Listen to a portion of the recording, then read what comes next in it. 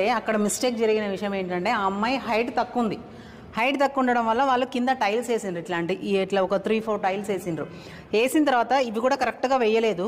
వేయకుండా ఈ అమ్మాయి ఇట్లా సెట్ తీసేసుకుంది.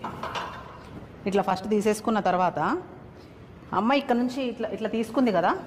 తీసుకున్న తర్వాత అమ్మాయి వెనక్కి వచ్చినప్పుడు ఇక్కడ పెట్టింది లెగ్ ఇట్లా పెట్టి ఇట్లా ఇట్లా ట్విస్ట్ అయిపోయింది అమ్మాయిది లెగ్. ఫస్ట్ ఇక్కడ కంట్రోల్ అవ్వలేదు అమ్మాయిది.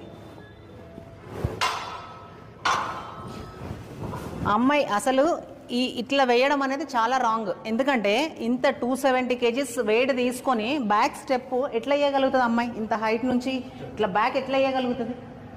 వేస్తే మొత్తం మనకి లెవెల్గా వేయాలి, మొత్తం అమ్మాయి చేసేంత వరకు లెవెల్గా వేయాలి.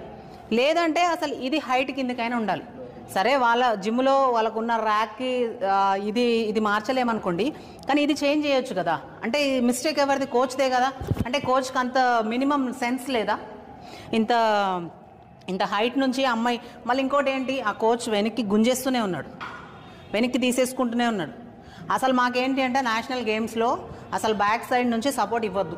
ఇప్పుడు ఎవరికి వాళ్ళు కాంపిటీటర్ తీసుకొని చేయాలి. మనం జిమ్లో అలవాటు చేయకపోతే వాళ్ళకి ఇంకా స్టేజ్ మీద ఎట్లా చేయగలుగుతారు? వాళ్ళు జిమ్లో నుంచే మనం హెవీ వెయిట్ వాళ్ళు తీసుకునేటట్టుగా మనం ట్రైనింగ్ ఇవ్వాలి.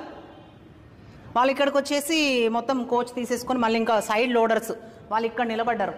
ఇక్కడ ఈ అమ్మాయిలు ఇక్కడ అందరు అమ్మాయిలు ఉన్నారు. 270 kgs తీసుకున్నప్పుడు మంచి లిఫ్టర్స్ ఉండాలి పక్కన. ఆ పవర్ లిఫ్టింగ్ గురించి తెలిసిన వాళ్ళు ఉండాలి.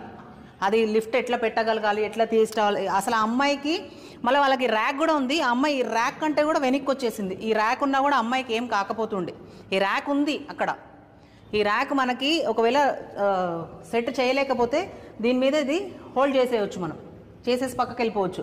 కానీ అక్కడ జరిగింది ఏంటి అని అంటే ఆ అమ్మాయి చాలా బ్యాక్ సైడ్ వచ్చేసింది. ఇక్కడ పడిపోయింది అమ్మాయి. జరిగింది ఇక్కడ ఇన్సిడెంట్ జరిగింది ఇక్కడ.